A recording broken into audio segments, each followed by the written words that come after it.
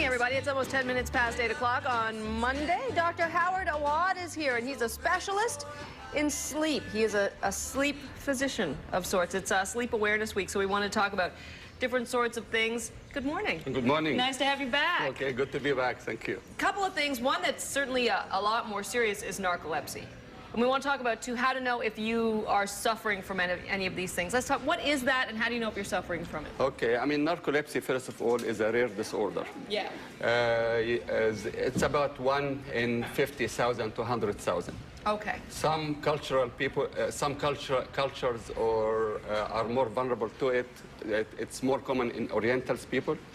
And it has to do with an abnormality in one of the genes that responsible for brain functions. Okay, and so is it treatable? It is treatable symptomatically. The symptoms, you can treat the symptoms and you can get them under control, but you cannot cure the disorder. It is lifelong disorders that require ongoing management and usually treatment with medication. Here's one I want to know about. I get this. I don't have a foggy clue what to do about it. The restless leg syndrome, where you just feel like, ugh. Absolutely, yeah. Now, mine is not when I'm sleeping. It's before I go to sleep, but it feels yucky. But do you have it when you're sleeping, too?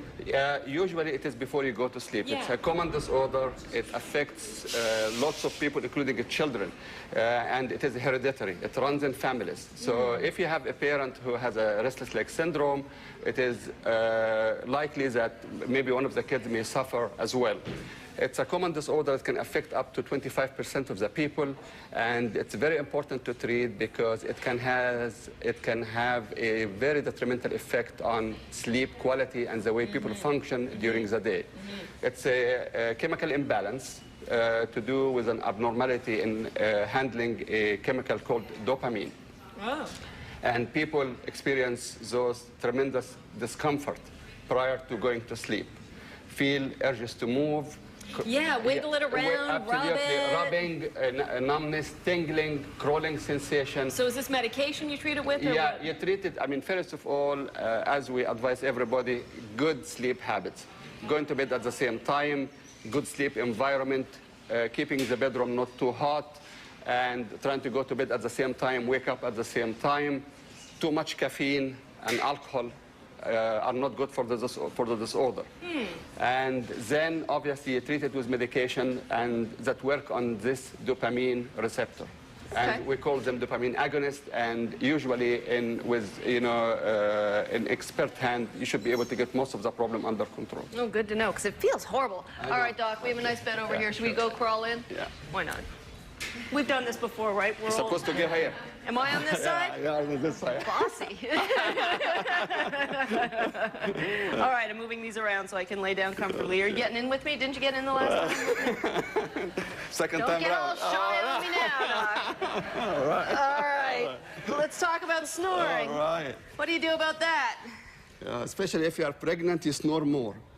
So generally, not specifically. No, generally, yeah. Like 4% of people who snored, before they were pregnant, it goes up to 23% during pregnancy. Okay. And when people are pregnant, it's important for them to sleep on their side because, as it is important for most people to sleep on their side rather better than circulation, yeah. Better circulation, also better breathing pattern, and less pressure on the lungs. So you brought me this. Yeah. Yeah. Oh, man. All right. Okay. I know. See, my husband usually just gives me a shove to help me get this happening. So I put this under here. Yeah. Yeah. Wedge it. Yeah. Okay. And then, okay. Comfortable? Oh, that is better. All right. It does tend to pull at this point, so that's good. And so that's going to help me stay in position. Yeah, absolutely stay in position, and also should help you breathe a little bit more comfortably, and should support your tummy so it doesn't put as much pressure on your lungs. What about non-pregnant snorers? I mean, again, if you snore get some help. This is the advice. But non-pregnant snorers, sleeping on the side is always recommended. Oh, that's better. Okay. Yeah, definitely. Does it help to prop your head up any higher? Yes, it does. It does. Definitely, Yeah. it does. Yeah. Okay. And What do you think about those strips for the nose? Do those work? they work if you have what we call primary snoring. The most common cause for snoring is sleep apnea. It's a serious disorder, and it needs to be treated. So if you have checked with your doc, and if you don't have sleep apnea, they can be utilized with some help. Good to have you back. Okay, pleasure to be back. Thanks. Dr. Howard Awad, he's a sleep physician. It's National Sleep Awareness Week. Go to sleepawake.com. Here's Kevin.